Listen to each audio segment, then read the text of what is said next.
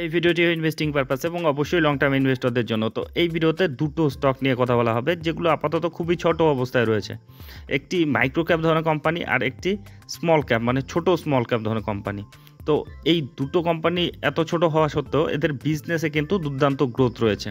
আর সেজন্য বিশেষজ্ঞরা এই দুটো কোম্পানির প্রতি কিন্তু ভালো রকম বুলিশ রয়েছে। তারা বলছে যে এই কোম্পানিগুলোর মধ্যে যথেষ্ট গ্রোথ পোটেনশিয়াল রয়েছে ভবিষ্যতে বড় কোম্পানিতে পরিণত হওয়ার। আর এর ডেটাগুলো দেখলেই কিন্তু আপনারা বুঝতে পারবেন যে তাদের কিন্তু বিজনেসে দম রয়েছে এবং বিজনেসে তারা গ্রো করছে। তো এই ভিডিওতে এই কোম্পানি দুটোর যে ফান্ডামেন্টাল ফিনান্সিয়াল এদের বিজনেস সব কিছু নিয়ে একটা ওভারভিউ নিয়ে নেওয়া হবে।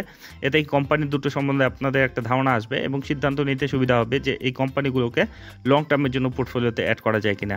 আর অবশ্যই মাথায় রাখবেন যেহেতু ছোট ধরনের কোম্পানি সেহেতু রিস্ক তো বেশি থাকবেই। তো রিস্ক ম্যানেজমেন্ট ঠিকঠাক রেখে তবেই কিন্তু এই কোম্পানিগুলোর কথা ভাববেন। তো যাই হোক, চলে আসি সেই কোম্পানিগুলোর পরিচয়ে। তো প্রথমে যে কোম্পানিটি দেখে নেব সেটা হচ্ছে আইসমেক রেফ্রিজারেশন লিমিটেড। তো যেটা যদি দেখেন এদের বিজনেসটা নাম শুনেই বুঝতে পারছেন, এরা বিভিন্ন ধরনের রেফ্রিজারেটর বানায়, ছোট বড় মাঝারি সব ধরনের। দেখুন এদের প্রোডাক্টগুলো কোল্ড রুম স্টোরেজগুলো যেগুলো হয় আর কি, ছোটো ঘরগুলো যেগুলোতে মানে যে কোনো খাদ্যদ্রব্য হোক অন্যান্য জিনিসপত্র যেগুলোতে প্রিজার্ভ করা হয়, তো সে ধরনের যে ছোটো রুমগুলো সেগুলো তারা তৈরি করে। তারপরে কমার্শিয়াল রেফ্রিজারেশন, যে বাড়ির যে ফ্রিজগুলো হয় সেগুলো তারা বানায়। তারপরে ইন্ডাস্ট্রিয়াল রেফ্রিজারেটর, যে বড় বড় যে রেফ্রিজারেটরগুলো থাকে সেগুলো তারা তৈরি করে। তারপরে ট্রান্সপোর্ট রেফ্রিজারেশন, মানে গাড়ির মধ্যে যে ঠান্ডা করার যে ব্যবস্থা থাকে সেটা তারা তৈরি করে। তারপরে অ্যামোনিয়া রেফ্রিজারেশন, যেগুলো সাধারণত যে কেমিক্যাল, যে বিভিন্ন ধরনের কেমিক্যাল সংরক্ষণ করার জন্য যেগুলো ব্যবহার করা হয়, এ ধরনের কিন্তু বিভিন্ন ধরনের প্রোডাক্ট রয়েছে, ছোট বড় মাঝারি সব ধরনের রেফ্রিজারেটর তারা তৈরি করে। তো এদের যদি বিজনেস দেখেন 1993 সাল থেকে, মানে অনেক দিন ধরেই কিন্তু এটা ব্যবসা করছে। দুটো ম্যানুফ্যাকচারিং ফ্যাসিলিটি রয়েছে আপাতত, আহমেদাবাদে একটি, তামিলনাড়ুতে একটি। 50টির উপর তাদের প্রোডাক্ট রয়েছে আপাতত, আর 65টির উপর বিজনেস অ্যাসোসিয়েট রয়েছে তাদের। আর তারা শুধু যে প্রোডাক্ট তৈরি করে এবং সাপ্লাই করে তা না, তাদের যে বিভিন্ন ধরনের সার্ভিসগুলো হয় সেগুলো ঠিকঠাক করা, সেরকম সার্ভিসও কিন্তু তারা প্রোভাইড করে। ইনস্টলেশন এবং যে কমিশন, যে মোটামুটি 11,000-এর ওপর তারা ইনস্টলেশন করেছে। তারপরে শুধু আমাদের দেশেই তারা কিন্তু ব্যবসা করে না, বিদেশেও কিন্তু এদের কিন্তু প্রোডাক্ট তারা এক্সপোর্ট করে। প্রায় 20টি ওপর দেশের সঙ্গে এদের বিজনেস রয়েছে। তো বুঝতে পারছেন এদের বিজনেস নেটওয়ার্কও কিন্তু খুব বড় রয়েছে, যদিও কোম্পানিটি ছোট। তো বুঝতে পারলেন এদের বিজনেসটা।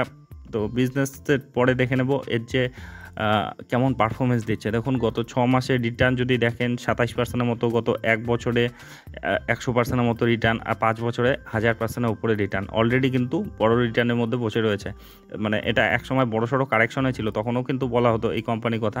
ইদানিং কিন্তু সেটা মোটামুটি মানে কভার করে আবার নতুন হাই তৈরি করেছে। লো থেকে দেখলে প্রায় 85-90%-এর মতো কিন্তু রিকভার করে ফেলেছে। তো যাই হোক, এই কোম্পানিগুলো কিন্তু এরকমই, ছোটো ধরনের কোম্পানি যখন গতি দেয় তো প্রচণ্ড গতি দেয়। তো অবশ্যই যখনই সে যত ভালো কোম্পানি হোক না কেন, একেবারে পিকে কিন্তু এন্ট্রি মারাটা সবসময় রিস্কি হয়। এরকম যখন কারেকশনে থাকে, যেমন 30-35% কারেকশন কিন্তু এগুলোতে হয়ই, তো একটা বড় র্যালি দেওয়ার পর, তো সেই অপেক্ষায় থাকাটা সবচেয়ে সেফটি হয়। তো যাই হোক, বর্তমানে 825 টাকায় চলছে। তো যদি আপনি ফান্ডামেন্টাল প্যারামিটারগুলো দেখেন, এর যে মার্কেট ক্যাপিটাল মাত্র 1300 কোটি। তো বুঝতেই পারছেন ছোটো স্মল ক্যাপ ধরনের কোম্পানি। পি রয়েছে 50, রিটার্ন অন ইকুইটি 28%-এর কাছাকাছি রয়েছে, বুক ভ্যালু 66 রয়েছে, 829 টাকার আশেপাশে চলছে, ফেস ভ্যালু 10 রয়েছে, ডিভিডেন্ডও দিচ্ছে। যদি এদের বিজনেসটা দেখেন, বিজনেসে কেমন গ্রোথ রয়েছে দেখুন। 2020-তে এদের বিজনেস হতো, সেলস হতো 138 কোটি, সেটা 2021-এ 135 হয়। সে সময় কোভিড টাইম ছিল, একটু ফ্ল্যাটিশ কিন্তু তাদের পারফরমেন্স ছিল। দেখুন 2019-এ 132, তারপরে 138, 135, কিন্তু তারপরে দেখুন 2021 থেকে 22-এ 135টা 206 হলো, তারপরে 2022 থেকে 23-এ 206টা বেড়ে 312 হলো, তারপরে 378। মানে সেলসে কিন্তু তারা গ্রোথ দেখাচ্ছেই। আর যদি তাদের প্রফিটেবিলিটি দেখেন, 2019-এ তারা প্রফিট করতো 7 কোটি, এখন মোটামুটি 26 কোটি। মানে প্রত্যেক বছর কনসিস্টেন্টলি কিন্তু তারা গ্রো করছে। কোভিডের পর থেকে 4 কোটি থেকে 7 কোটি হলো, 7 কোটি থেকে 21 কোটি, এখন 26 কোটি। তো তাদের সেলস প্রফিটেবিলিটি দেখেই কিন্তু বোঝা যাচ্ছে তারা কিন্তু বিজনেসে গ্রো করছে। আপনি যদি এদের ব্যালেন্স শিটে যান, ব্যালেন্স শিটে 88,000 কোটির কিন্তু রিজার্ভ দেখতে পারবেন, এবং সেটাও খুব দ্রুত গ্রো করছে। 2020-তে 38 কোটি ছিল, তারপরে 41 হলো, 46 হলো, 65 হলো, এখন 88 কোটি।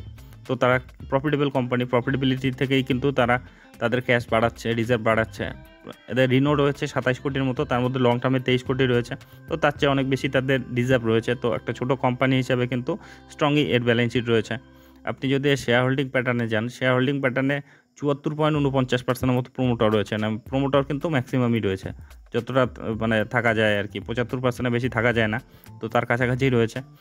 আর বাকিটা পাবলিকই রয়েছে 25.51%-এর মতো। এখনও এফআইডি এটা কিন্তু এ ধরনের ছোটো কোম্পানিতে তারা অত কিন্তু রিস্ক নেয় না, তো এর যা পারফরমেন্স আর কি তাতে কিন্তু মানে এ ধরনের পারফরমেন্স যদি ধরে রাখে তবে কিন্তু অবশ্যই এফআইডি এরাও নজর দেবে। এফআইডিরা অলরেডি নজর দিয়েছে, কিন্তু আপাতত তাদের হোল্ডিং নেই।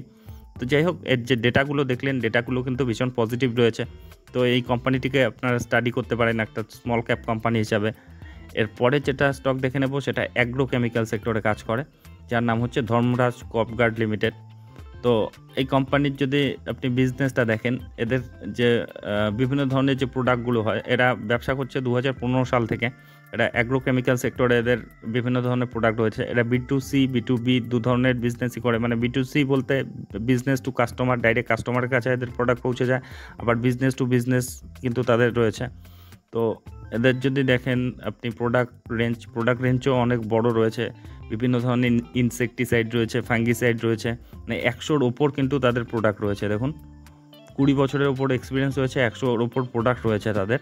আর তাদের প্রোডাক্টগুলোর মধ্যে ইনসেকটিসাইড রয়েছে, ফাঙ্গিসাইড রয়েছে, হার্বিসাইড রয়েছে, প্ল্যান্ট গ্রোথ যে রেগুলেটর সেগুলো রয়েছে, মাইক্রো ফার্টিলাইজার রয়েছে, অ্যান্টিবায়োটিক রয়েছে, ভিটামিন, সব ধরনের প্রোডাক্ট কিন্তু এদের রয়েছে। মানে কৃষিকাজের ক্ষেত্রে যতগুলো প্রোডাক্টের দরকার হয় মোটামুটি কিন্তু সবগুলোকেই কভার করে এই কোম্পানি। 100-র উপর প্রোডাক্ট রয়েছে। তো এই কোম্পানি কিন্তু গ্লোবালি বিজনেস করছে, মানে শুধু আমাদের দেশে এদের প্রোডাক্ট নেই, এরা কিন্তু প্রায় 20টির উপর দেশে প্রায় 60টি কাস্টমার রয়েছে তাদের। তো বুঝতে পারছেন এদের বিজনেস নেটওয়ার্কও কিন্তু খুব বড় রয়েছে। এদের দেখুন লাতিন আমেরিকা, ইস্ট আমেরিকা, তারপরে ইস্ট আফ্রিকা, সেগুলো থেকে কিন্তু তাদের রেভিনিউ আসে। মিডিল ইস্ট, তারপরে ইস্ট এশিয়া থেকে তাদের কিন্তু রেভিনিউ আসে। তো বুঝতে পারছেন এদের বিজনেস নেটওয়ার্কটা কিন্তু খুব বড় রয়েছে, যদিও কোম্পানিটি এখনও ছোটো অবস্থায় রয়েছে। তো এই কোম্পানি বর্তমানে বাড়ন্ত একটা কোম্পানি। তো এর যদি আপনি পারফরমেন্স দেখেন, ইদানিং কিন্তু একটা ফ্ল্যাটিশ পারফরমেন্স। আর গোটা কেমিক্যাল সেক্টরটা, আলটিমেটলি এটা কেমিক্যাল সেক্টরের মধ্যেই পড়ে, তো গোটা কেমিক্যাল সেক্টরটাই কিন্তু একটা কারেকশনে রয়েছে। তো বর্তমানে 259 টাকায় চলছে এই কোম্পানিটি। তো এর যদি আপনি ফান্ডামেন্টাল প্যারামিটারগুলো দেখেন, 878 কোটি এর মার্কেট ক্যাপিটাল রয়েছে। এর ভ্যালুয়েশনটা কিন্তু এখনও খুব সুন্দর রয়েছে, 19.8, মানে খুব কম ভ্যালুয়েশনেই কিন্তু রয়েছে। রিটার্ন অন ইকুইটি 13%-এর কাছাকাছি রয়েছে। বুক ভ্যালু 106 রয়েছে। ডিভিডেন্ড দিচ্ছে 260, ডিভিডেন্ড না, বর্তমানে 260 টাকার আশেপাশে চলছে। ফেস ভ্যালু 10 রয়েছে, আর ডিভিডেন্ড আপাতত দিচ্ছে না। এখন দেখুন এই কোম্পানির বিজনেসে কেমন গ্রোথ রয়েছে। তো লং টার্ম হিসেবে দেখে নেব, 2019-এ এদের সেলস হতো 136 কোটি, পরের বছর সেটা বাড়ালো 193 হলো। তারপরে দেখুন 2020 থেকে 21-এ 298, তারপরে 2021 থেকে 2022-এ 298টা বেড়ে হলো 388, তারপরে 527, এখন 654। মানে কনসিস্টেন্টলি প্রত্যেক বছরে কিন্তু তারা তাদের ব্যবসা কিন্তু বাড়াচ্ছে, সেলস বাড়াচ্ছে। প্রফিটেবিলিটি দেখুন 7 কোটি ছিল 2019-এ, এই 5 বছরেই বাড়াতে বাড়াতে 57 কোটি, মানে 7-8 গুণ কিন্তু তারা তাদের যে প্রফিটেবিলিটি বাড়িয়ে দিয়েছে। এটা প্রফিট বিফোর ট্যাক্স, যদি নেট প্রফিটের কথা ধরি 5 কোটি ছিল, সেটা এখন 40 কোটি, মানে 8 গুণ বাড়িয়েছে এই 5 বছরে। তো বুঝতে পারছেন কী ধরনের গ্রোথ রয়েছে, কিন্তু তাদের শেয়ার দরে কিন্তু ততটা গ্রোথ এখন পর্যন্ত কিন্তু দেখা যাচ্ছে না।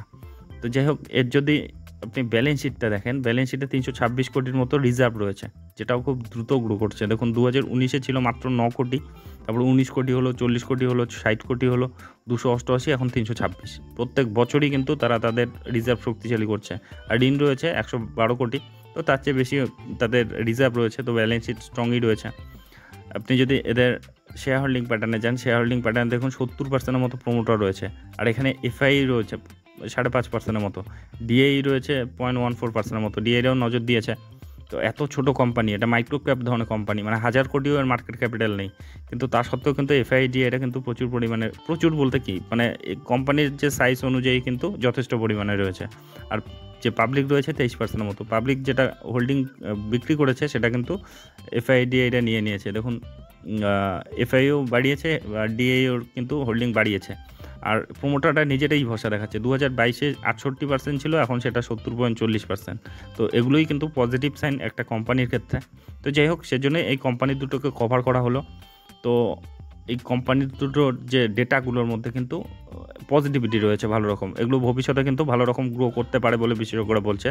তো এই দুটো কোম্পানির পরিচয় নিয়ে এই ভিডিওটি ছিল। তো এ ধরনের ভিডিও যদি আপনাদের উপকারে লেগে থাকে তবে অবশ্যই চ্যানেলটি সাবস্ক্রাইব করে রাখবেন। আর একটা বিষয় অবশ্যই, এগুলো কিন্তু কোনো ধরনের রিকমেন্ডেশন নয়, কারণ শেয়ার বাজারে আমি কোনো বিশেষজ্ঞ নই কিংবা সেবি রেজিস্টার্ড অ্যানালিস্টও নই। আমি যা দেখছি, শিখছি, অনুভব করছি সেগুলোই আপনাদের সঙ্গে শেয়ার করছি। আর আপনারা যখন ইনভেস্টমেন্ট করতে যাবেন আরও ডিপলি অ্যানালাইসিস করবেন, আপনার যে ফিনান্সিয়াল অ্যাডভাইজার রয়েছে তাদের উপদেশ নেবেন।